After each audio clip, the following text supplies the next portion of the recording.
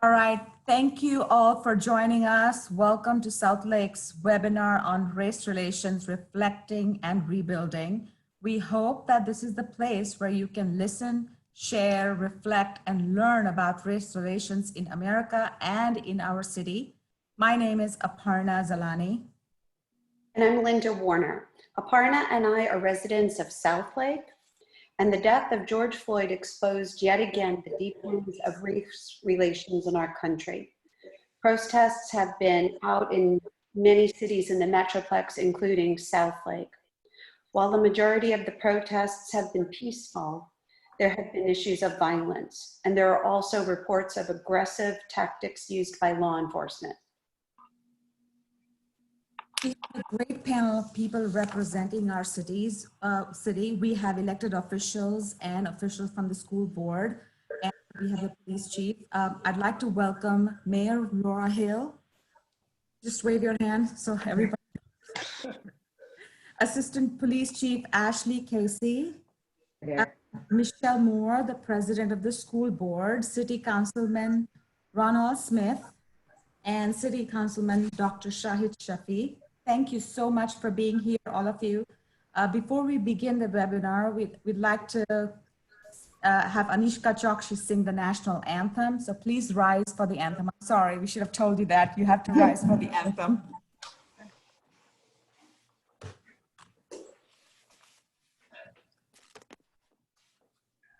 Oh, can you see by the dawn's early light what so proudly we hailed at the twilight's last gleaming, whose broad stripes and bright stars through the perilous fight o'er the ramparts we marched were so gallantly streaming, and the rocket's red glare, the bombs bursting in air, gave proof through the night that our flag was still there.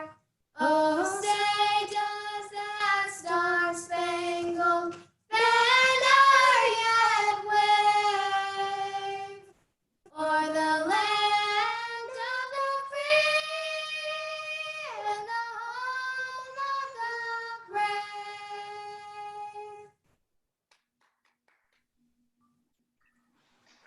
Wow, thank you, Anishka. That was beautiful. I want to start by saying the purpose of this webinar is to move the conversation forward in our community. We all know what's happened. Now we need to look forward. We all agree that we need to be better and do better, but how is that going to look in Southlake in the coming years? This is not an endorsement of any elected official or politics at this point. This is a group of individuals who want to discuss where we go from here. At this time, I'd like to introduce everyone to Kush Rao of the Southlake Foundation. And thank you, Kush, for having the organization host it. Thank you, Linda and Aparna, for the introduction. Hello all, this is Kush Rao, one of the volunteers of Southlake Foundation. Mission of Southlake Foundation has always been centered around community service. A group of like-minded people came together with the intention to do community service in the city of Southlake.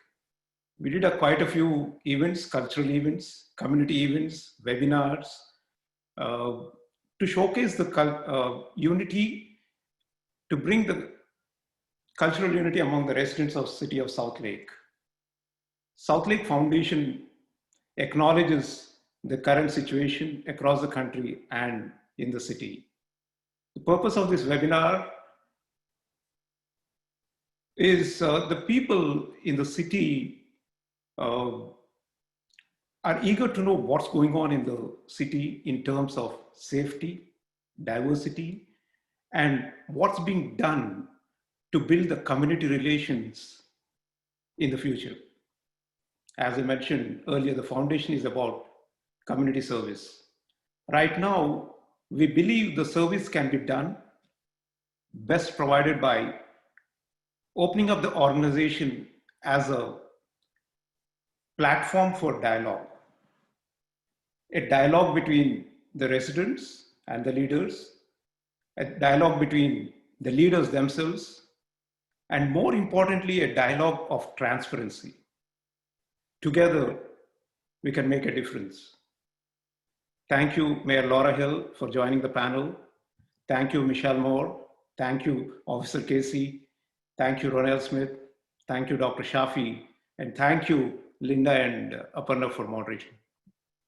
Thank you. Okay, we're going to start the discussion now, but first I'm going to lay out some of the ground rules and how this will go. We're going to start with giving each panelist a moment to introduce themselves. And at the end, they will each be given a moment to reflect the conversation and what has happened. Attendees, please, you can text your questions over the chat. We have also been taking in questions from Facebook and personal texts. Please limit all questions to the topic at hand, and we will try to have them all asked. We might need to combine some questions. And I will, if you don't mind, start with Mayor Laura Hill for you to introduce yourself.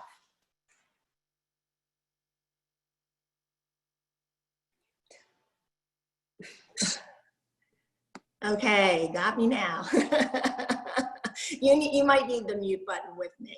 But first, thank you to the Southlake Foundation for hosting this, and welcome to my home in New Orleans, probably one of the most diverse cities in the country. And I'm glad I've been here this weekend.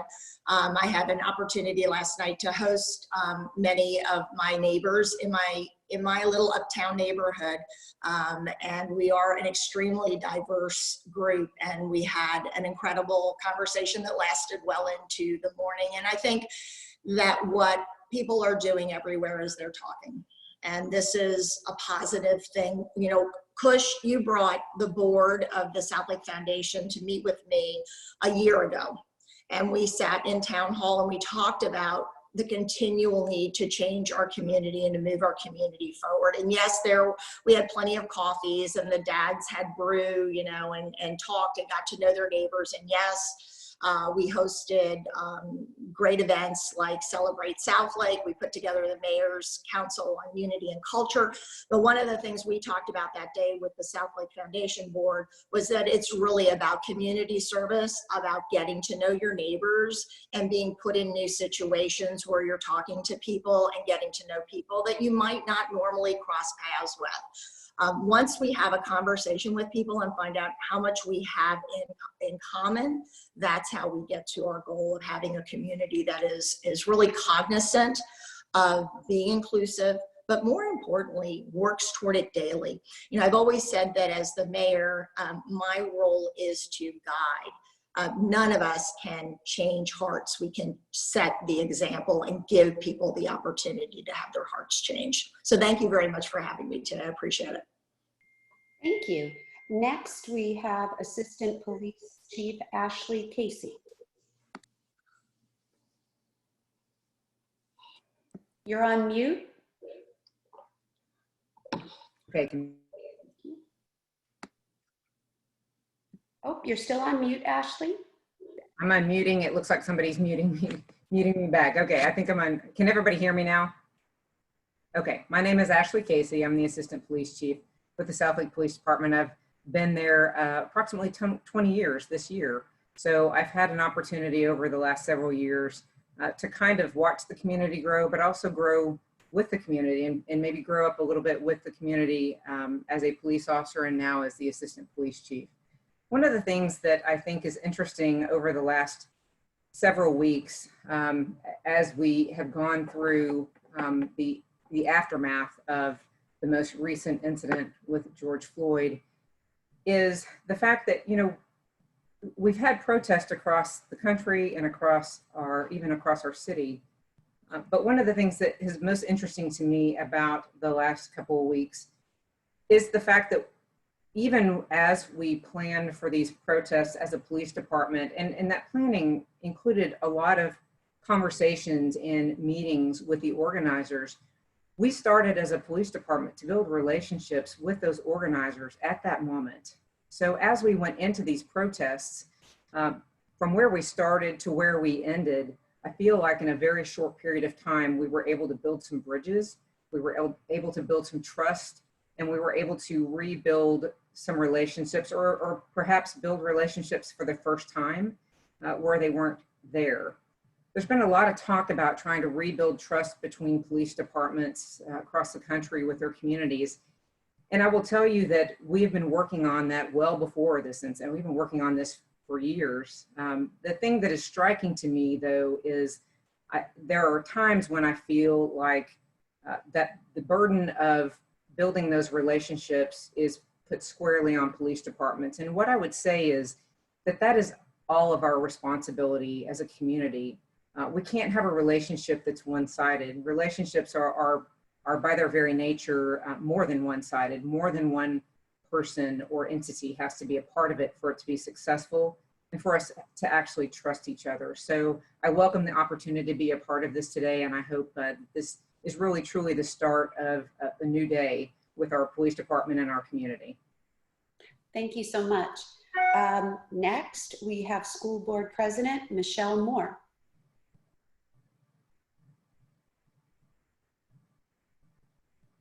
There. Hi everyone.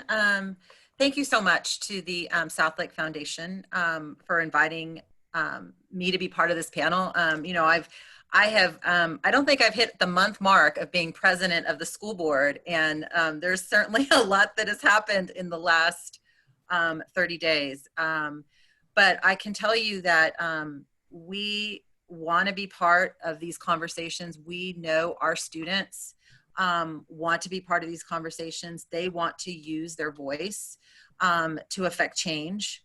And we want to do what we can as a school district to support that and to help that be possible.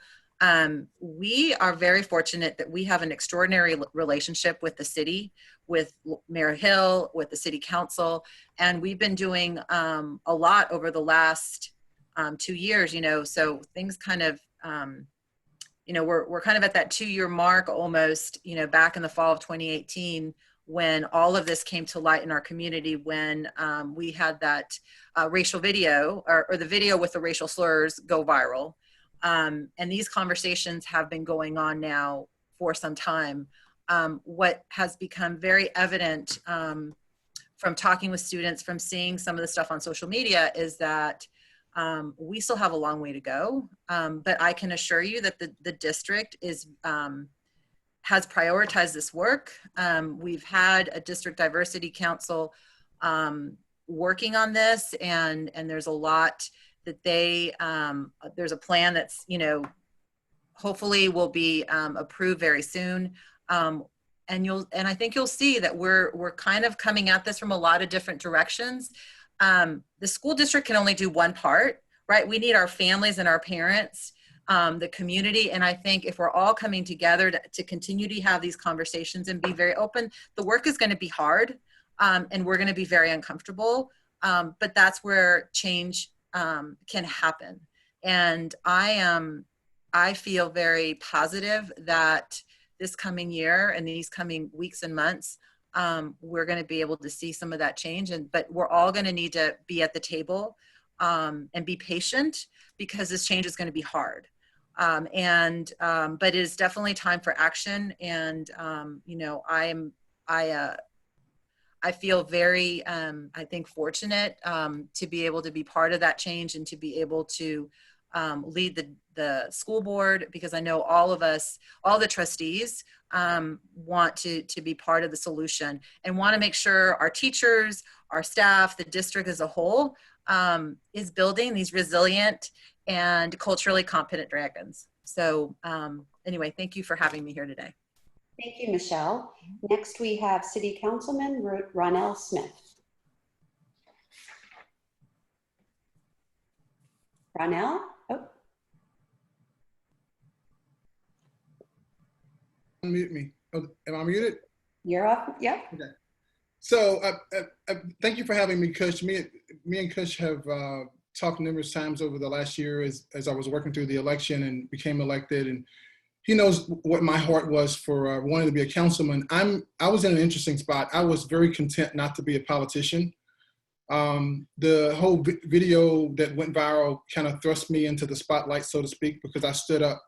I stood up not because I thought this community had a problem. I stood up because I thought we could respond in a much better fashion. And I specifically remember having conversations that began right after the video with each of the board members, including the current new board member, Mr. Lannon, and the superintendents, assistant superintendents, the entirety of the council, and Mayor Hill. And one of the things I found, and it's the substance of why I always say I know Southlake has the right people, that everybody was up for the challenge. I remember the last conversation I had with council was with Mayor Hill, and I said I had no desire to be a council person, but here are the things I wanted to work on: kids, families, and businesses. And she said, hey, listen, you should step up and run. I want everybody who's passionate about supporting this community to get involved and support our kids, families, and businesses.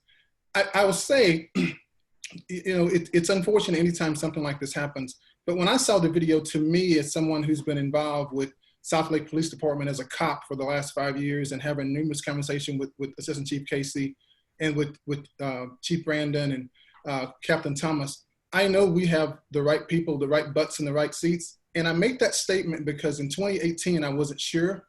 When I was interviewing people in making the decision to run for council, one of the things I kept saying to people is we need to make sure we have the right butts in the right seats. And I came away satisfied with that being the case. To me, when I saw the video, I said, and it was kind of a weird reaction. I said, we'll finally get the police reform we need in this country. I felt like we needed to tease racism out from policing. And I'm not entirely convinced that's happening, but I feel strongly with some of the things that's happening that will be able to happen. What I'm really sensitive to, though, is we don't create even a further divide, even further friction. One of the things I've continued to say is as we march down this journey, if we have the right butts in the right seats, we have to have community involvement. And Michelle, you made that point, and Mary Hill makes that point as well. One of the things that has to happen in a community like this is that we look across at one another and say, hey, I would say, you know, I'm a Dragon, I'm a Southlake resident, and that's something I'm always proud of.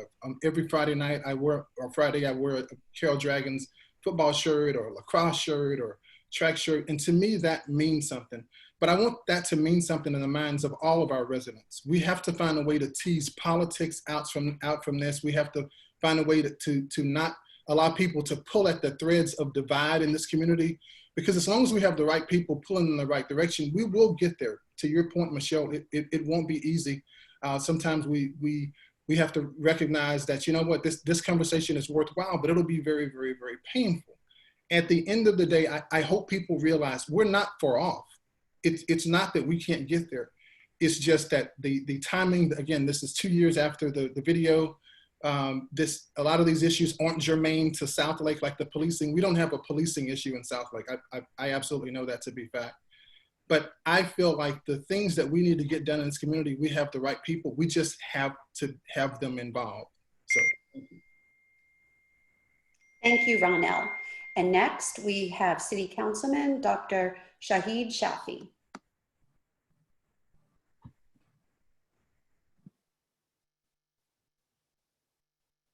Dr. Shafi, if we can get you off mute. Okay, I think you can hear me now. So, well, thank you for putting this together, Southlake Foundation. Kushrao, thanks for inviting me, Aparna and Linda. It's a pleasure to be here. My wife and I moved to Southlake in 2004, and we have raised 3 kids here. One of the very strong desires that both me and my wife, Aisha, had as immigrants was to find a community where we can grow roots. And we found it here in Southlake. But clearly that desire to build a community where every person, every family, every child is loved, respected, and cherished and safe is a universal desire. It's not unique to any single community. Unfortunately, it has been over half a century since Dr. King dreamt of a society where a person will not be judged by the color of their skin, but by the content of their character. But clearly we're not there yet. And once again, we see on our television and in our social media, our society is clearly being ripped apart at the seams of our superficial differences, those of race, religion, and ethnicity. And when I see those events, it's personally heartbreaking to me. It's depressing, it's demoralizing, it's discouraging, and I can think of many adjectives to describe it. Some people cry out for justice, and they show up in the streets and they start protesting. But there's a larger population of people who have lost faith in our country, and they have just become quiet and they just want to give up. But as an individual, I remain very optimistic. I remain optimistic for our country because I think we still continue to believe in our founding principle that all are created equal. I also remain optimistic for our country because we have overcome far worse divisions than what we are facing now. From slavery to Jim Crow segregation laws, to the Chinese Exclusion Act, to the internment of Japanese Americans, we have made a lot of progress. But clearly, many wounds of racial injustices are still festering. The question in my mind is really not who did what to whom and when. The question is how are we going to work together to heal those wounds? And to heal these wounds, we need to be able to talk openly about our grievances without demonizing the others. We need to acknowledge injustices that have been done in the past and that are being done today without blaming the children for the sins of their fathers. Blame, hate is a zero-sum game where everybody loses. So instead, we need to listen to each other. We need to build bridges with each other. We need to respect each other, cherish our differences in all the environments that we live in our schools, in our neighborhoods, in our streets, parks, restaurants, workplaces, and the city hall. And I continue to remain optimistic not because America is perfect, it's clearly far from perfect. But what makes us unique is that we continue to strive for perfection. And that's a journey that we must continue to pursue. So let me just stop there and then we'll get into some specifics as we go through the questions and answers. Thank you. Thank you, Councilmember Shafi. Okay, I'm gonna start with the questions. The first question goes to Mayor Hill. Your question is, how much have we learned from diversity initiative that you started 2 years ago? What steps have we taken to understand, integrate, respect all the varied cultures within Southlake?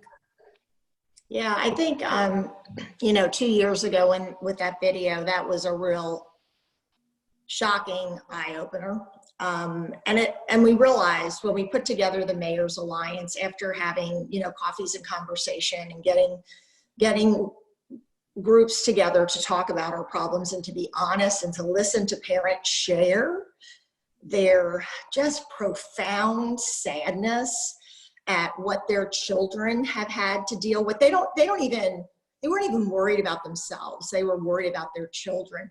And so we put the Mayor's Alliance together. And I do want to say one of the things we've got to figure out is we have the District Diversity Council, we have the Mayor's Alliance for Unity and Culture. We've got 32 members on the Mayor's Alliance and I think 60, Michelle, plus on the Diversity Council. We have 18,000 adults in Southlake. And that was all that applied. And I would tell you that out of that, I don't think, but maybe 50% participate. So it is a bigger conversation. More of us have to step up. We've made huge progress because our community continues to push to be better. I think we've had 2 Celebrate Southlake events now, and we also added a community dinner where you just come and sit down with people you don't even know and you get to know them. Unfortunately, that was canceled this year. Several of our events had to be canceled this year because of COVID-19. I had lunch on Thursday before I went to the airport with the young ladies who organized the protest. And we had a 2.5-hour lunch at City Hall. And what I asked them was, what's next? What's next? How do we keep this going? How can our students help us push this forward? And the answer keeps coming back. We need more people involved. To have those uncomfortable conversations, we need everyone having those uncomfortable conversations, not the same, 3 or 4 philanthropy groups or organizations or diversity council or mayor's alliance. We need our community to step up, and with that will come big change. Thank you, Mayor. This question is for Ms. Moore, for you. This is from Anna Simone. She's one of the attendees.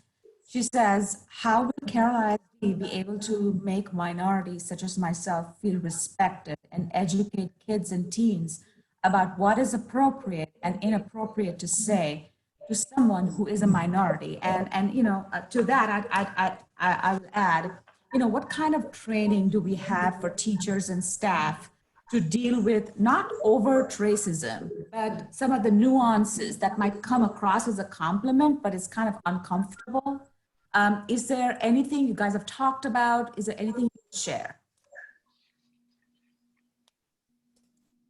Yeah, that's a very good question.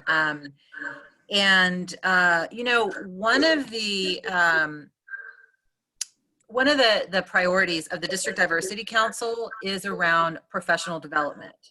And I think our teachers definitely need, we know that they need training. We know that they need help not only with, in terms of how they teach their lessons and how they present information, but also with the behavioral things going on in the classroom. When they see 2 students having some kind of altercation that has, maybe there's a racial slur that's been said, or, you're making fun of something. I mean, we will not tolerate racism in Carroll ISD. And, one of the things I am most proud of that we immediately took action as a district and as a board was that we strengthened the student code of conduct so that we would, that it more clearly articulates, and we streamline consequences so that we do not tolerate, hate speech or harassment regarding your race, your gender, your sexuality, all of that. It's a journey that we're on, and I think we're all learning, right? And we know that we need to make that a priority. In fact, one of the things that the board is going to do right now, we're in the process of being able to submit or recommend resolutions to it's called the Texas Association of School Boards. And actually it's an agenda item on our Monday meeting. And one of the resolutions that I would like our Carroll ISD to recommend to the state that would be advocated at the state legislature level is for help with that professional development. I mean, there's things that are out there, but we need to have things that are specific to us, and we need help. We understand we don't have all the answers in Carroll ISD. We need to go out and look for resources to provide that training so that every student, every parent always feels safe and welcomed in a Carroll ISD school, right? And so, I'm sorry if you've ever had an instance where you didn't feel welcome because of your race or your ethnicity. And, I would also say, please report that type of thing. I mean, I think the thing that we hear, and back to Maris Holtz's comment, I'm sorry, I'm rambling, but this is an important point that I want to make is that, there was a lot of sadness and a lot of anger with different instances that have happened. And I feel that I hear parents saying, well, I reported it, nothing was done, right? I think you will find if you report something today, something will be done, right? And if you feel, and even if you do it anonymously, please do that, because that's why we've strengthened our policy and our student code of conduct just for that reason. Michelle, thank you so much for that. Just a housekeeping reminder, once you're done speaking, please remember to put yourself on mute so we don't get some feedback. Our next question is going to go to Chief Casey. Chief Casey, we've been hearing a lot about police reform across the country, reforms banning things such as chokeholds, de-escalation training, and also recently the duty to intervene. Also officers wearing body cams. What can you tell us about the Southlake Police Department's policies regarding these matters? Well, thank you for asking that question, because over the last couple of weeks, we've had the opportunity to answer quite a few questions and quite frankly, some demands from folks about those very things. There are a number of things that are going around on social media. There's the hashtag 8Can'tWait campaign that some people may be familiar with. And what I would say to that is that the first request we got, or the first demand we got, as it were, to implement the policies required for 8Can'tWait, my response was, those policies are already in place within our police department, and they have been for a number of years. So it's important, I think, for folks in our community to understand that as a police department, we've been an accredited agency for a number of years, almost 20 years to be exact. And like many other industries that have accreditation, that accreditation comes with standards that we have chosen 20 years ago. We chose to pursue this arena of accreditation. And that comes with many standards that we voluntarily comply with. A lot of those center around policy and procedure, specifically related to high-risk areas such as use of force, de-escalation, that kind of thing. So for us, putting the policies in place, or people asking us to put these policies in place, it's really a no-brainer simply because they already have been in place. I think it's important for people to know that. So things such as de-escalation, requiring that our officers go through de-escalation training. That's something that we do every year, at least once a year. That's part of our policy to say that officers need to use de-escalation whenever it's feasible. In the same realm, I think it's really important for the community to understand the reality of what officers face at times. So it's easy for us to say that officers should have to use de-escalation in every situation. But I think in trying to manage people's expectations, it's important for people to understand that in police work and in some of the situations that our police officers face, de-escalation is not possible in every single situation.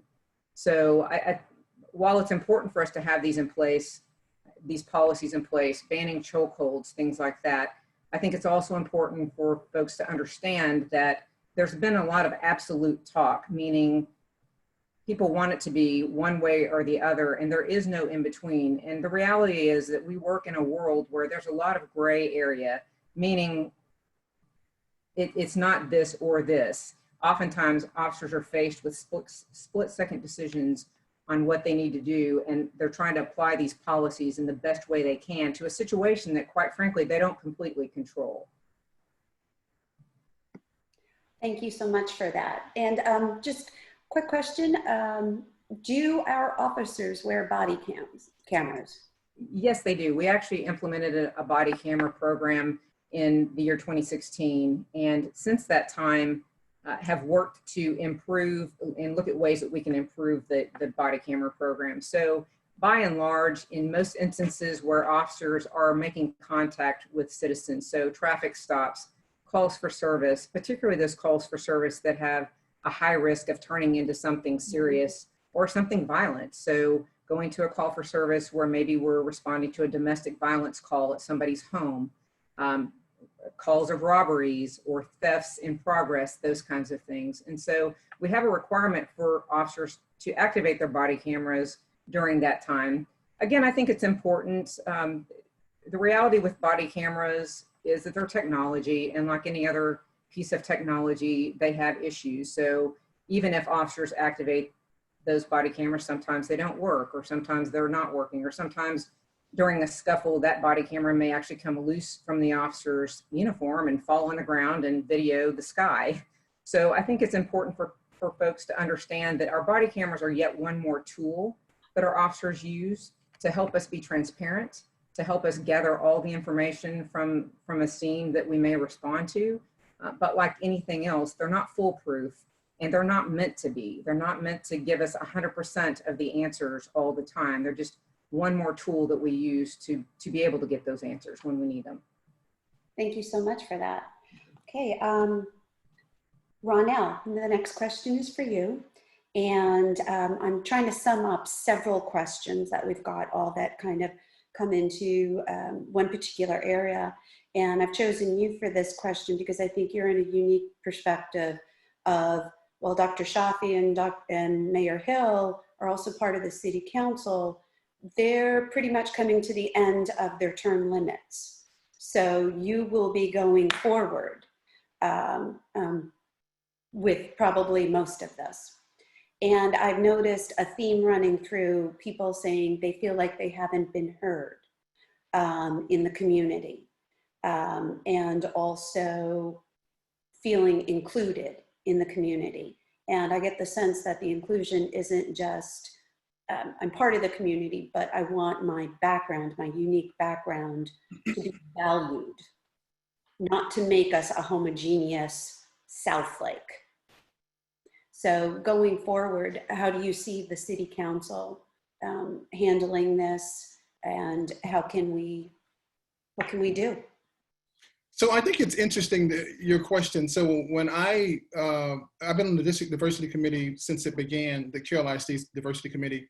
And I think it's interesting. Most people don't realize how diverse our community is. They certainly don't realize how diverse our school system is. They don't realize how diverse we'll be minority school district very soon. And I think given people's opinion of that, there would be revolting in the streets if that was as much of a problem as people seem to have in their minds. When I stepped up to run for City Council, I made safe, welcoming, and inviting to participate kind of the mantra for my campaign. The reason for that was I wanted all of our kids to feel safe in our communities. I wanted the families to be welcomed, and I wanted people to take it upon themselves to invite others to participate. And the reason for that was when I was running for City Council, I met over 1,000 people. I know this because I keep notebooks full of notes of every conversation I've ever had. And I can tell you, not one time had I ever met someone, no matter what their background, no matter what their race, religion, ethnicity, not one time was that person not excited to be here. That doesn't mean they liked it or found Southlake to be perfect, but they felt like this was the right place for them. They just wanted to be a part of making it even better. So one of the things I've done, understanding that and being involved with the District Diversity Committee, is made it my business to get to know people, get to know what it is that they're encouraged by, what it is that they're dissuaded by, and to let them know that they have a voice. One of the things we do a tremendous job on council of is transparency. We have, thanks to Mayor Hill's leadership, we have numerous avenues to meet with people, to hear them even publicly. Most of our time as councilmen is not spent on the dais, as you all know. It's spent every day of the week, often meeting with people in the community to not only allay their fears, but to hear their concerns. And being a leader in the community, those things don't fall on deaf ears. At least often I'm trying to find an avenue to seek a resolution. However, one of the things I think, and I know it sounds like I'm beating the same drum that Mayor Hill's beating, one of the things that I think is the biggest impediment to the overall success of Southlake is we have to have more people step up. And that doesn't mean as a mayor or a councilman or a school board member. That just means being welcoming and inviting to your neighbor. That means showing up to support one another. That means really wearing we protect the tradition. That really means harnessing the mantle of, we are dragons. Those are the types of things I'm a huge believer in. It's tough to hate someone or dislike someone when you get to know them. when I first moved to Southlake, one of the first things I did was to do the DPS Citizens Academy to better understand the police force and how to better serve them. And I can say that's been a very, very worthwhile relationship. But that was me taking time out of my day-to-day to get to understand the challenges they were facing so that I can better understand them. And through that relationship, I've understood the work that goes on behind the scenes for them to be an amazing police force. It doesn't happen by accident. So to bring this thing full circle, it really, really, really takes people to go from protesting to proaction. I think it takes from people talking to have the courage of their convictions and saying, you know what, I'm going to be involved. I think it takes from people to stop rabble rousing and to say, you know what, I don't just want rousing applause. I want to be involved to help make this community better. And I continue to say this, we have the right people. We just have to activate them in some meaningful way. Thank you. Thank you. And we have the last question for Dr. Shafi. So there's been a lot discussed about racial tensions between African Americans and the whites, but what are some of the areas that we can improve within the South Asian community when it comes to race, religion, language discrimination, and such matters?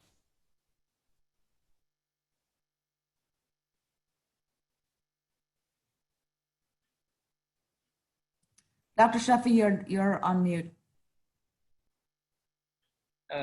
Great question, Aparna. Thank you very much, and a difficult one to answer too. So if for people who are not familiar with world geography, if you think we have it hard here, there are much worse places in the world. And in terms of, you know, racial, ethnic, religious divides, it's a universal problem. It's a global problem. It's a universal problem. What makes me optimistic, like I've always said, is that America is a unique place in the entire world. This is where people from all ethnicity, all races, all religions have migrated from all over the world over the last 3-4 centuries, and they've learned to live together. Now, every time there's a new wave of migration and a new type of immigrant population that makes it to our shores, there's always a backlash. There is no question about that. It has happened to Germans, Polish, peoples of Jewish folks. It has happened to Italians. It has happened to other, you know, Chinese Americans and Japanese Americans and all sorts of different backgrounds. But this America is really truly the boiling, melting pot of the world, where people can come together, retain their culture, retain their connection to culture, but still be integrated in the society as true Americans. Probably the most important thing that we can do is, and this has to happen consciously in everybody's mind, is that when we meet a person who looks different than us, we need to start with the assumption that this person is a human being, is an American citizen. He has all the same rights and privileges that I do. And until that happens, consciously, I think we will continue to see some of the problems that we see today. You cannot legislate morality. You cannot legislate ethics, good behavior. A lot of problems that we are dealing with that lead to the consequences that we are facing now, whether it's in terms of racial prejudice or violence or vandalism, they have deep, deep social roots. Our police officers should not be called upon to solve social problems. Our community organizations have to step up. Government cannot solve these problems, not all of them. We have several good laws on the books, but how they get implemented in everyday life depends upon those social organizations in every community. Whether it's your church or your PTO or your baseball team or your soccer team or your neighborhood HOA, it is at that level where we have to listen to each other and treat each other with respect. As far as the South Asian community is concerned, and I would take it to the larger immigrant community, one of the things I see quite often is that we hold back. We hold back from fully integrating into the larger society here in the US. We may have lived here for 5 years, 10 years, 20 years, but we tend to live in our bubbles, in our isolated communities. Our social circles are isolated. Of course, at work, we interact with a lot of people, but otherwise we are isolated. We don't vote. We don't run for offices. We don't, a lot of us don't volunteer for opportunities that are available out there. We don't coach soccer teams and baseball teams, maybe because we don't know how to play baseball. But maybe we need to learn and become part of the larger society. So I think the burden is on all of us. But I would say the change starts with acknowledging that a problem exists.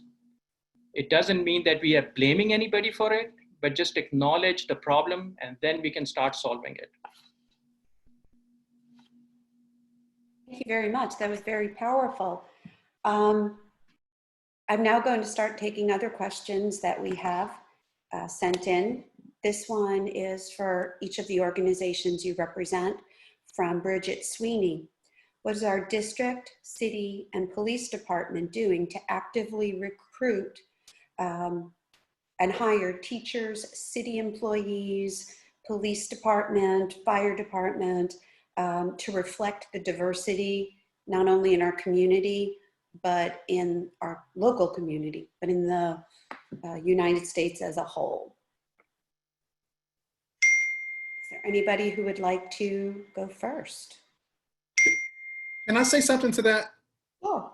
So one of the things that came up during the run up to my election was one of the young ladies running for school board highlighted the fact that we needed more minority teachers. And I think to a large extent that was a slap on the face to the teachers we currently have. I don't need more minority teachers. I just need the teachers to feel empowered to do their job, to know that they're supportive and that they understand where the line is. That's true for anybody. I don't care what they look like. I don't think you have to be a special race or ethnicity or religious group. I think once we start going down that path, it's very easy to take our eyes off the ball. And now I'm not saying I'm not an advocate for quote unquote minority hires. I just think that I get really nervous when we lead with that. At the very least, it creates this felt tension from some of our good teachers, from some of our good police officers, that we're going to prioritize a minority hire over a quality hire. And I see that a lot in technology. And all it does is create tension that leads to a far worse result. So let's be careful about condemning people because of their race, religion, and ethnicity when that's a problem we're trying to address in this country and in this community. Ronell, it seems like the questions are more coming from the perspective of, for example, I would like my children to be able to look around and see people who look like them. And I could give you the argument of, you can't tell me you can't find one qualified person. So I don't think the question is coming from the position of, let's hire less qualified candidates. No, and I'm very, trust me, I'm very sensitive to that, and that's not where I was going. The question was asked, and this is something I've been very involved in, is because I head up the subcommittee for professional development, and I'm very proud that Michelle's on my team, the District University Committee. The point I'm making, absolutely. Would I love for my daughters to have more teachers who look like them, or for the East Asian kids to have more teachers who look like them? I get it. The thing I talk about was not addressed to the whole, well, I don't want somebody who's less qualified. It was the fact that, first level, let's make sure we're correcting what needs to be corrected, in addition to trying to find teachers that are more reflective of the kids that our district now serves. And I go down that path because one of the questions that was asked was they felt that it was an issue with us not having hired them. And I know for a fact we have, as a district, worked to address that issue. Okay, so Michelle, would you like to discuss how the Diversity Council is handling it? Yes, so one of the, as Ronell knows, one of the teams or one of the subcommittees on the District Diversity Council is around teacher recruitment and retention. And that is something that will be part of our district, of our cultural competence action plan, because we do, but we would like to be able to increase the diversity of not only our teachers, but also of our staff, whether, staff across the district. We would like to see more teachers be reflective of the students that they are teaching. And, there's a lot of data that supports that helps students. And I think as we think about the curriculum that we want to work on and improve and enhance, being able to have that curriculum taught, with a diverse group of teachers and staff, I mean, that's going to be important. When we talk about, how, the question before, I mean, part of that curriculum is going to be about, defining what culture means. What does diversity inclusion mean? And, we recognize we need to bring more diversity to our district. So we're looking at ways of how we're going to do that. And obviously, we believe we can find quality teachers that are diverse and draw them to our community. So that it will be a priority as when you'll see the action plan coming out. Thank you. Okay, we're getting a lot of questions, and I know. Can I just jump in real quick on this, since we didn't get to talk about the city and diversity. One of the reasons we started SKILL, which is Southlake Kids Interested in Leadership, is to bring a diverse group of students to the table and teach them what city government is, and to show them how we do business in the city. And they follow every department in the city, and they learn how we budget. They learn what our limitations are. They learn what our community needs are. And this is a diverse group reflective of our community. And what we're hoping to do is get kids interested in going to college and getting interested in city management. We have a very diverse city employee staff. If you look at all of our city employees, you will see yourself, no matter what you look like, in our city staff. And Chief Casey can speak to our police officers. Our biggest problem in our policing and our fire department, and don't take this the wrong way, we just don't have, we have a hard time hiring for police in general because we don't have a lot of crime in Southlake. And a lot of people went to the academy and they're interested in really getting out there and really using their skill set. And sometimes it's a sleepy town in Southlake. And so getting folks interested in and telling them we've got things going on here that you can be a part of is always a constant struggle. Thank you, Miriam. I just have a quick clarification. So can you tell me a little bit more about the skill program that you were talking about for kids? Yes. So we started that in 2015 when I first became mayor. It stands for Southlake Kids Interested in Leadership. We're on our coming up on our 5th year of students. We've had over 500 students apply. The school district selects about 25 students each year. I think we've gone higher than that. We put them through as 11th graders. So they apply at the beginning of their 11th grade year. We are looking at kids we have drama kids, we have sports kids, we have music kids, we have kids that just like to read a good book. We have every kind of student. It is an incredibly diverse group, but they start on day 1. They go through an entire semester. We award a scholarship at the end. We take them to Austin. They meet, we've gone into the governor's mansion and talked to the governor's aide. We've talked to the speaker of the house. We put them in front of huge corporations. They do a work study with TD Ameritrade. They actually go to TD Ameritrade. But what we're trying to teach them is how the city operates so that city management and even if they don't go into city management, they'll understand how their city ticks, and maybe they will be future community leaders and future mayors and future representatives. I have a request. If there's any way we can compile some of these programs and send it to the foundation, maybe we can put that out as a resource for people. That would be really awesome. Yes, yes. I do have a question for anyone on the group. This is a combination of a couple of questions. This is from Donna Harvey. She says several of us in the Black community has reached out to the city leaders to share challenges, concerns, and even ideas to improve relationships, and we have received no response. What is the city plan to do to engage the African American community? And then this is one from Beatrice, which is in the same line. Beatrice Terrazas. She says, has the city council ever considered or will consider activities like the Dallas dinner table, or community coming together and having dinner? She says, I believe it's time for our city to have some real discussions on race facilitated by expert trained people to come and bring everybody together. Anybody want to take that? Well, I do want to say, first of all, I had 6 meetings yesterday, and I think I have 13 set up this week, mostly with students.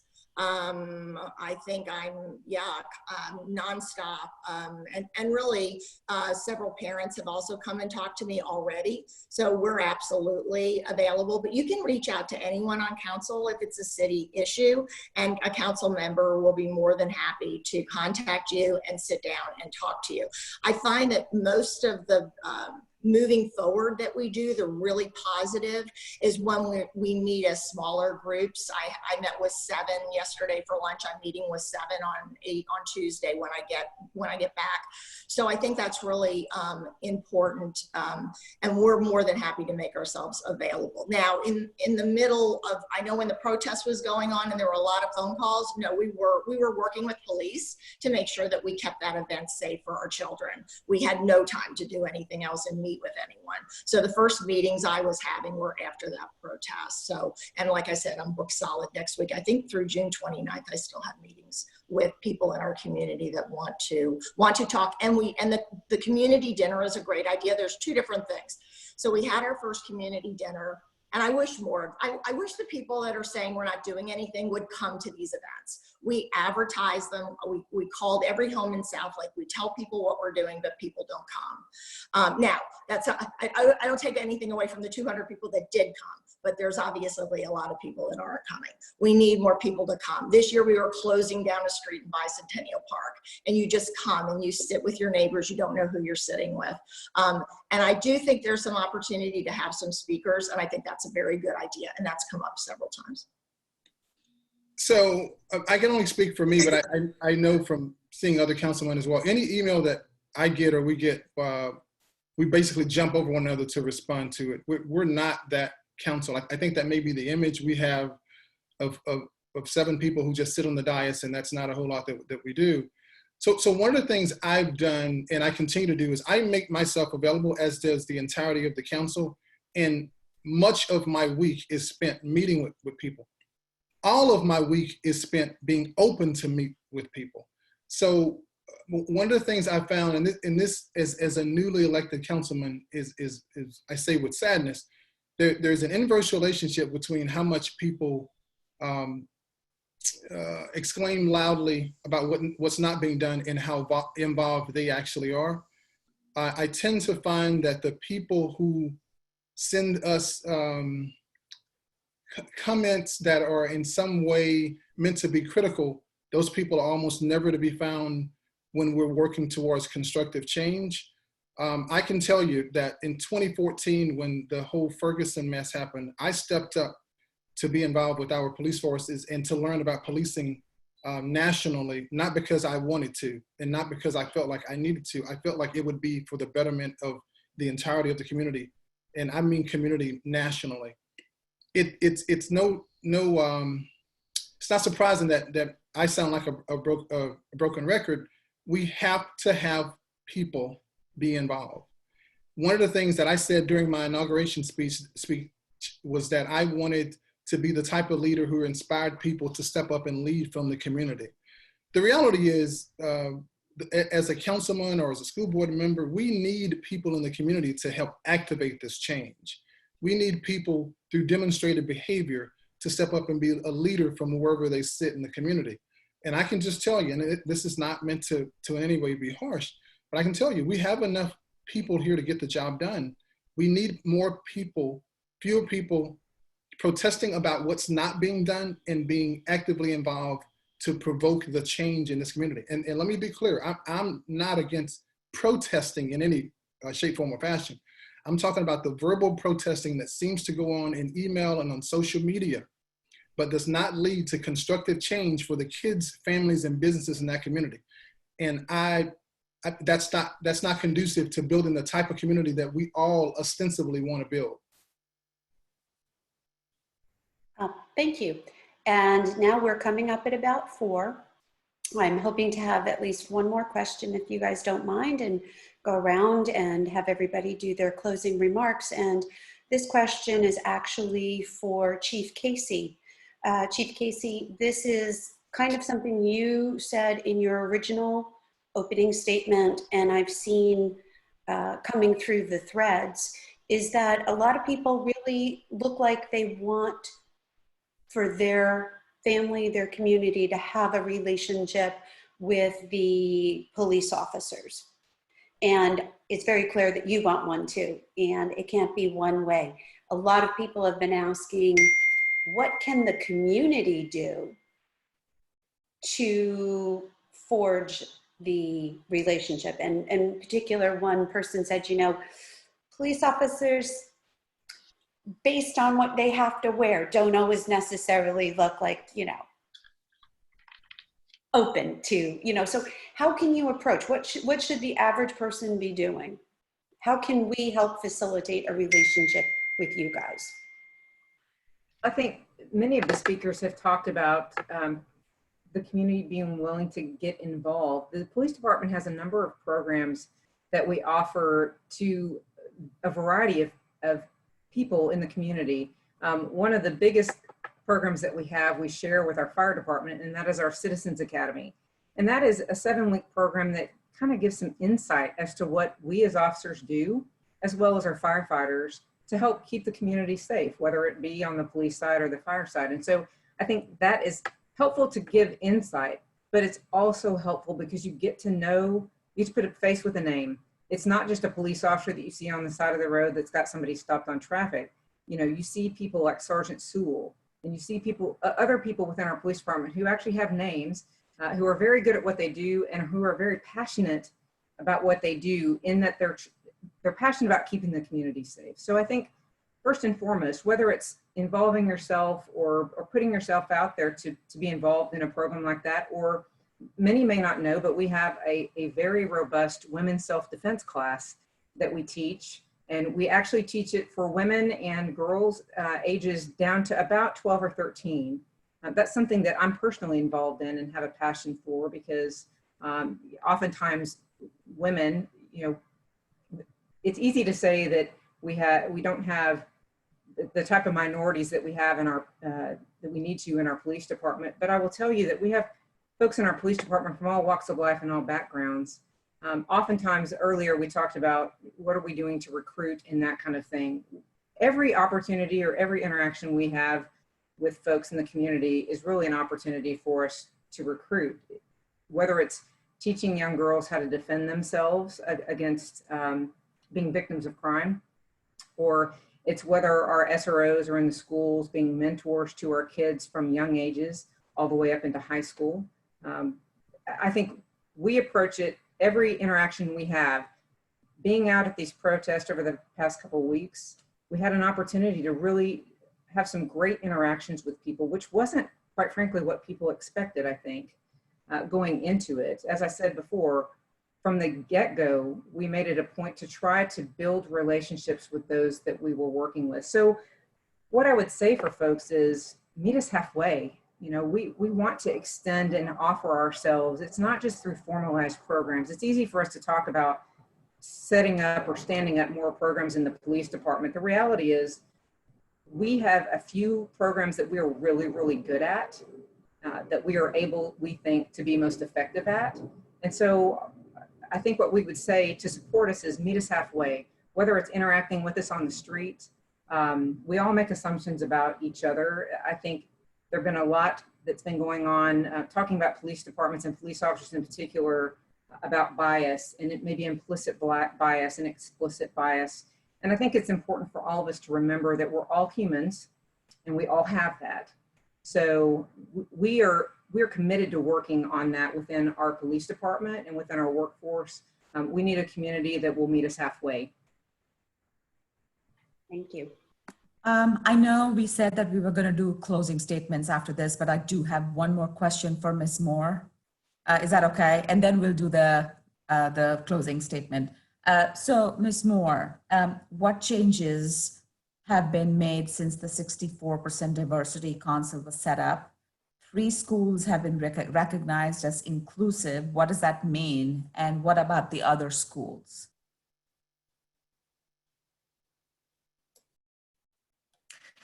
That's a great question. Actually, that's what I was planning. Some of what I was planning to share with my closing remarks, kind of what is our path forward and what have we accomplished and what's our path forward. So in terms of the District Diversity Council, there's a few things that have been accomplished. One is, as I shared earlier, we revised and strengthened our student code of conduct. And we added very specific language related to racial discrimination and discrimination across, again, sexuality, gender, religion, all of it. What we also did and what we found, I mean, sometimes it took that video to open our eyes to some things that we weren't doing well and gaps. And one of them was the student code of conduct related to our extracurriculars. So it wasn't every extracurricular, students signed their code of conduct, and it wasn't, what we found is it wasn't consistent activity to activity. So maybe the consequences for a student in band may be different than a consequence for a student on the volleyball team.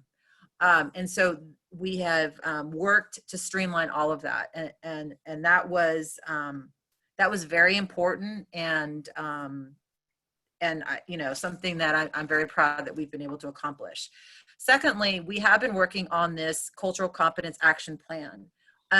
It is a very robust plan and it covers a lot of different areas. It covers, and I've shared a little bit about it, professional development, teacher recruitment, student-led education and policy, communications, and I am forgetting an area. Let's see, it's right here. Curriculum and instruction, of course.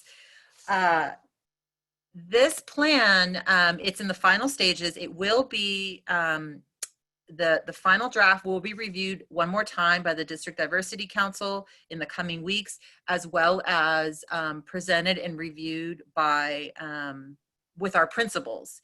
The plan will be to present this for school board approval on August 3rd. So, because we want to begin implementation for the new school year. One of the things that I'm really excited about the plan is, as you know, that we, Coach McDade was assigned and appointed as our leadership and culture coach. And so this past year, he was going to campuses and meeting with student groups, going at lunchtime and meeting with even different, maybe he might meet with the cheerleaders at Dawson Middle School. I mean, different groups. One of the things we're realizing is he can't be at every campus every day or every week. And so how do we continue to keep everything that we're doing on pace and making sure schools are sharing that information? So we're hoping to identify and select a campus culture coach. So that will be a team that will work together. Those will be a teacher, a staff member on each campus. And that will become a team that will work in partnership with the District Diversity Council. So there's a lot of change going on. And I know you had a second, what was the second part of that question? really. Well, we had a question about the inclusive, the 3 schools were considered inclusive. Oh, right. Yes, and that's really exciting. So that is called the No Place for Hate program. And it's I don't know how long it's been going on, but it is sponsored by the Anti-Defamation League. And that is actually, so 3 of our campuses this past, just a few weeks back, received the designation. So it was Carroll Middle School, Dawson Middle School, and Rockenbaugh. And how you receive that designation is a committee forms on that campus of teachers, staff, and parents. And I think they're required to do 3 different activities to that are either anti-bullying, anti-bias, that type of thing. And I think there's a few other requirements. The point is they want to, create non-bullying environments, again, which is a high priority for us. We want every student to always feel safe and welcomed at school, in their classroom, in the lunchroom, on the playground, across the board. There were, I think, a couple campuses that started, that were working towards that, but because of COVID-19, didn't quite finish all the activities. So it is something that we will be encouraging all campuses to adopt and to create that No Place for Hate committee. And I believe it will be part of the Cultural Competence Action Plan. So that is something that we're working towards. And those, as we have the District Diversity Council, but we also have campus diversity councils. So there are groups of parents, teachers, and students on each campus working on things going on their specific campus as well. So we, in addition to the 60, and I'm not sure, that's probably another 100 people, probably across the 11 campuses that are also at the table trying to affect change, trying to move this forward, to make it better for our students.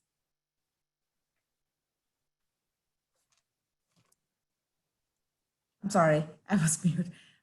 Thank you, appreciate it. I think we'll go around the board and just take your closing statements, and then I think we'll wrap up. So Mayor Hill, do you want to start? There you go. Thank you very much. I think this was very positive. One of the things I keep hearing over and over again, one of the things that's kind of made me sad in this process, but I know it can easily be turned into a positive. I was talking to a group of young women from the high school, and I was telling them the history of Bob Jones. They were black students. They didn't know that Bob Jones was a black man. And what made me so sad about that is that we haven't done a good enough job of telling the story of Southlake, of telling everyone what we are doing, what we have been doing. We've made a major shift in the last 2 years, even our public art now. We have tasked our arts council to look at art through the eyes of all of our citizens. Be the Bridge, which just went up in the roundabout at Highland and Whitechapel, was part of that complete change. That was not what was going to go there. That's there now because that was a point in time when we said we have to represent all of our citizens. We want everyone to see themselves when they drive around Southlake. We've got to tell the story better. We've got to let people know what we have done, what we are doing, what we're working on. Some things take quite a while. Our sculpture of Bob Jones and a historical walk with bronze plaques telling the story of when his family came and settled Southlake. That's in process right now, but we haven't told the story well enough. All of the things that we've worked on, skill that came up today, we haven't reached everyone with that information. And so I think this has been a positive opportunity to reflect and ask the question, where do we go from here? And to continue to push ourselves forward with that overwhelming sense of we all need to help. We all need to pull up a seat at the table. We can't stand back in the room. We can't sit at home on the keyboard. We've got to push up to the table. And it doesn't mean running for office. It doesn't mean sitting on a specific committee. It means groups of citizens coming together and putting together a day of volunteerism, where you invite everyone and everyone comes and everyone works on a project and you get to know the people that are there. I remember when my son was in the 9th grade at Carroll and we started just seven, 8 moms. We started Say So one day around the lunch table because we wanted to do community service with our boys. And now there's hundreds of Say So boys and moms and hundreds of Say So girls and moms. It started from one idea, from a lunch and a discussion about how do we, I want my child to give to the community with me, and I want my child to get to know more people out of his little immediate group of friends. And every family has to look at our community the same way. No one person can fix this. We all have to be in it together. So thank you.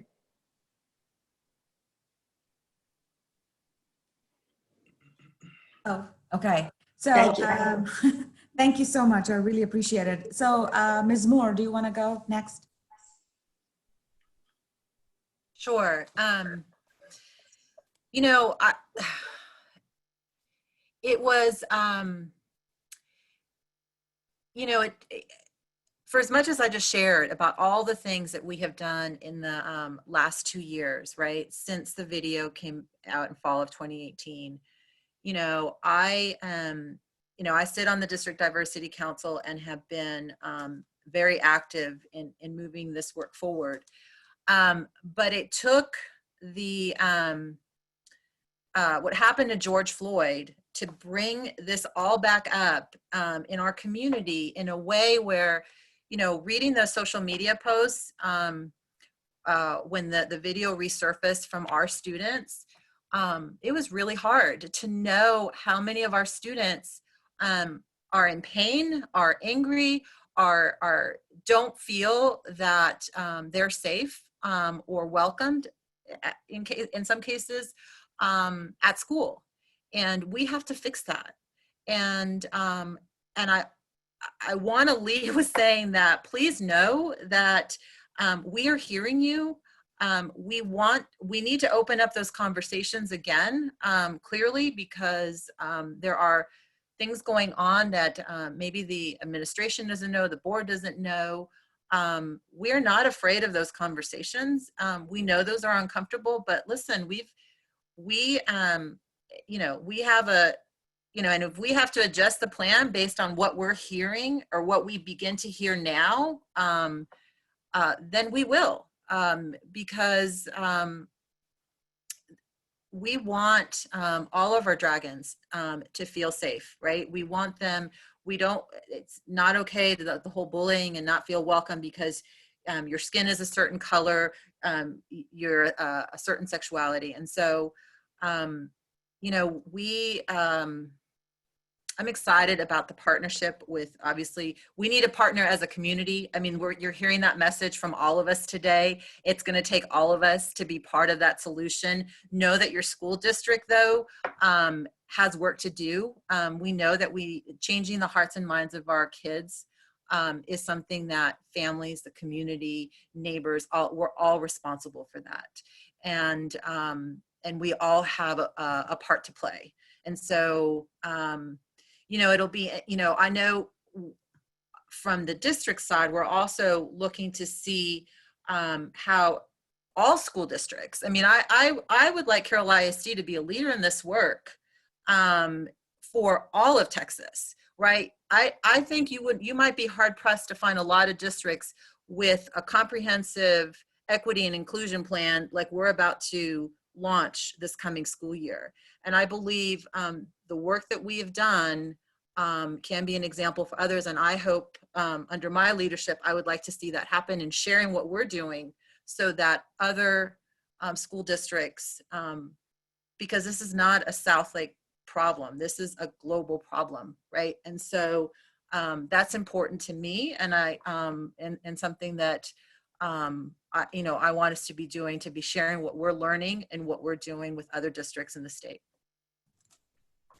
Thank you so much. I do want to acknowledge we've gotten a lot of questions.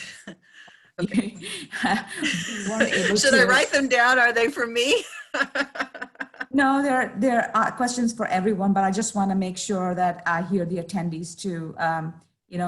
We received a lot of questions. We did kind of combine a bunch of questions together. So I hope that they will, the attendees can go back and listen to the recording and hopefully get their questions answered. But let's have Council Member Ronell Smith go next. Thank you. So my family ended up in Southlake after we looked at 112 houses in 12 cities across the Metroplex. That's a lamentable fact to my wife, but it is true. And it's because we kept saying, what's the next Southlake? And to me, I recognized that it was different. I felt like the people that were here, they stood up for one another and they stood for something. The thing I'll say is we can do better. We will do better. We are doing better. What I would ask is that you judge us not by where we are, but how far we're willing to go. Don't judge us by the gulf between the two. Judge us by how hard we're willing to work to get there. I know we talked a lot about the people who we need to continue to step up. I've been proud to see the kids and families, the administration, the council members, people throughout the community, our police force, band together and work towards change in this community. It didn't take for Mr. Floyd to die for us to know we needed to make a lot of these changes. A lot of this has been ongoing. It's unfortunate that it's taken this for people to question and to oftentimes impugn the work that we're doing, and it's just because they don't see it. But I'll say, when people challenge me about how divided Southlake is, and I said I don't see it. I know there's work to do. But when we walked out in front of that protest last week, and I saw black and white and brown, I saw families of all races, religious, ethnicities, I saw every color represented. I saw the broad spectrum that represents this community. And to me, that's progress. And so I saw togetherness. I saw a willing to work towards change. To me, a broken community, you don't see that. You see one side against the other. And the thing I continue to say is that I know we have the right people in the right seats in this community. The thing I continue to be concerned about is I don't want us to make agreement the litmus test for the change that we're all working about. I know there's a lot of people sowing discord nationally, and there's people sowing discord even in this community. Again, I think we have to pull politics out of it and be about the people, that we harness the relationships we have in this community and that we should continue to build, to know that this is amazing. This is an amazingly vibrant community. I sit here before you now emboldened because one of the things I've done, thanks to the Southlake Historical Society, is forge a relationship with the descendants of Bob Jones. Bob and Elmeda Jones, who were raised 10 kids here in Southlake, well, what's now Southlake. And one of the most amazing things about that story is, as I've gotten to know members of that family, is they continue to say, we want people to know the legacy of Southlake. And as I've challenged them, like, what do you want people to know? And he says, I want people to know that Bob Jones from Southlake, a black man, grew to be one of the most prosperous men in this area, dealing with racist white folks who knew that he wanted to build bridges, and they allowed him to do so.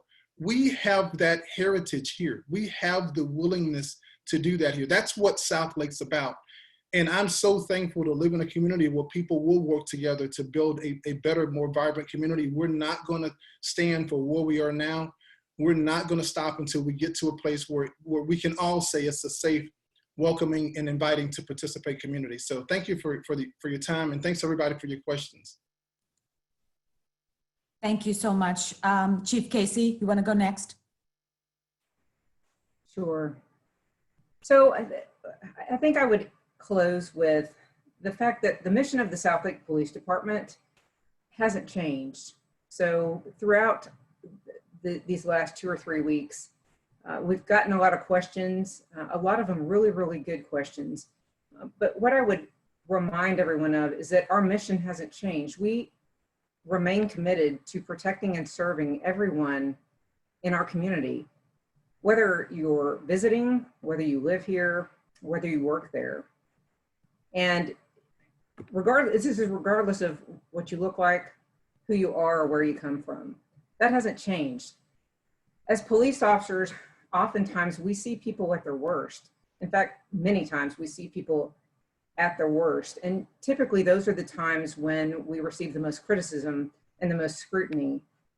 But I would also like to highlight that it's during these bad times that we also are able to highlight some of the best things about our officers, stepping in and restoring balance to people's lives who either aren't able to solve those problems themselves or who truly need our help. So I think it's important as we move forward to remember that. I think it's also important to remember that over these last several weeks, our communities have been hurting. The death of George Floyd, I tell you, affected everyone. Now, it may have affected everyone differently, but it impacted everyone. What happened in Minneapolis was wrong, period. And there's not anyone that I know of that would disagree with that. So I think it's important for people to understand that even from our police community, we agree, we are unified in the fact that that was wrong. And as much as it's impacted our communities, and particularly certain members of our communities, it has also impacted our police officers. We have certain police officers within our ranks that were profoundly impacted by that for one reason or the other. I think we, at this point, need to continue the conversations. We need to continue to build relationships with each other. That's been a common theme throughout this whole entire hour, but we mean it. We're here. We haven't gone anywhere. We were here before all this happened. We were here during some of the unrest and some of the protesting, and we'll continue to be here. But what we need now is we need productive conversations. We need people willing to step up and ask us questions, and we're willing to answer them. We need that dialogue, and we need ongoing relationships as we move forward. We're committed to doing that. Both Chief Brandon and I are committed to doing that. So for whatever it's worth, thank you for having us, and thank you for letting us be a part of this. Thank you so much, Chief Casey. I really appreciate that. Dr. Shafi, you're next. Yes, thank you very much again to Southlake Foundation for organizing this event. What I want to say in the end is that is what I said in the beginning, that every conversation, it starts with acknowledging the problem. And I think we need to say that systemic racism exists. We need to acknowledge it.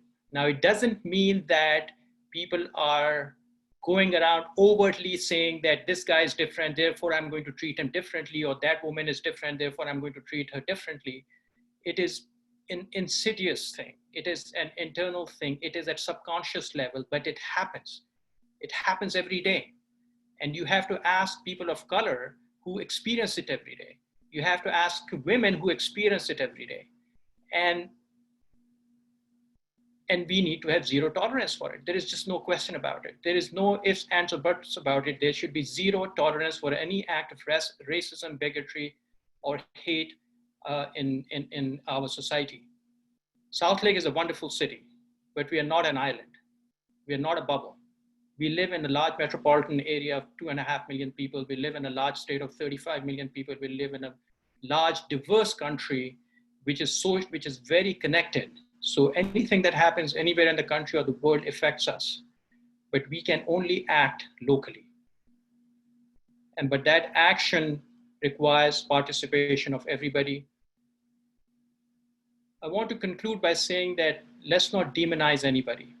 I want to thank our police chief, James Brandon, who couldn't be here today, and acting chief Ashley, and her police officers. You run a very professional, highly trained, competent police force. I have utmost confidence in our police officers. And I want everybody to know that the bad actions of a handful of police officers in one part of the country does not mean that the entire police force is terrible people.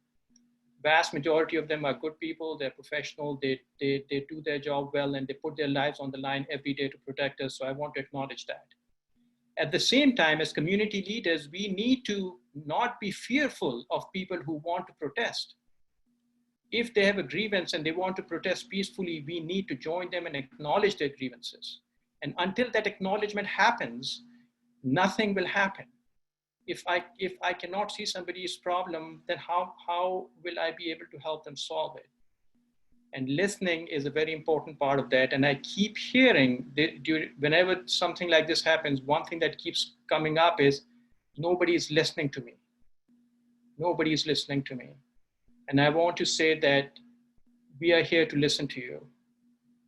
If you feel that we're not listening, we haven't done a good enough job. But we are here to listen to you, to help our people, help everybody who feels that they have been treated poorly. Because I truly believe that injustice, like Dr. King said, injustice anywhere is a threat to justice everywhere. We must continue to strive for justice for everybody. So thank you very much for the opportunity to speak. Thank you for organizing it. It was a wonderful opportunity on a terrible topic, but it's something that we need to address head on. Thank you. Dr. Shafi, thank you very much for closing out for us. As we come to the last couple of minutes of this call, I want to thank everybody. In particular, I really want to thank all of those who attended. We've had almost 100 people watch this, and that says a lot to me. To follow up on a Martin Luther King quote, we can all do small, great things, and we can certainly do a lot to change our community. I encourage everybody who is a part of this to please communicate with your city council, the school board, the police department. I think you've all shown that you want to hear from everybody and that the dialogue doesn't stop here. I think that the Southlake Foundation has done an awesome job of starting this conversation. And I encourage all participants to do conversations like this. Feel free to reach out to us. I think we'd all be willing to help any group out there that wants to have conversations within their community.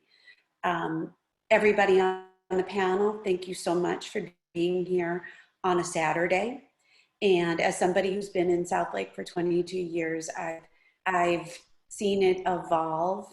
And in my heart, I really feel like we can move us forward into a much better place. So thank you all for being here for our first discussion of what I hope is many discussions. And so for Aparna, myself, Kush, the other members of the Southlake Foundation, thank you all so much for participating. Thank you. Bye-bye. Thank you.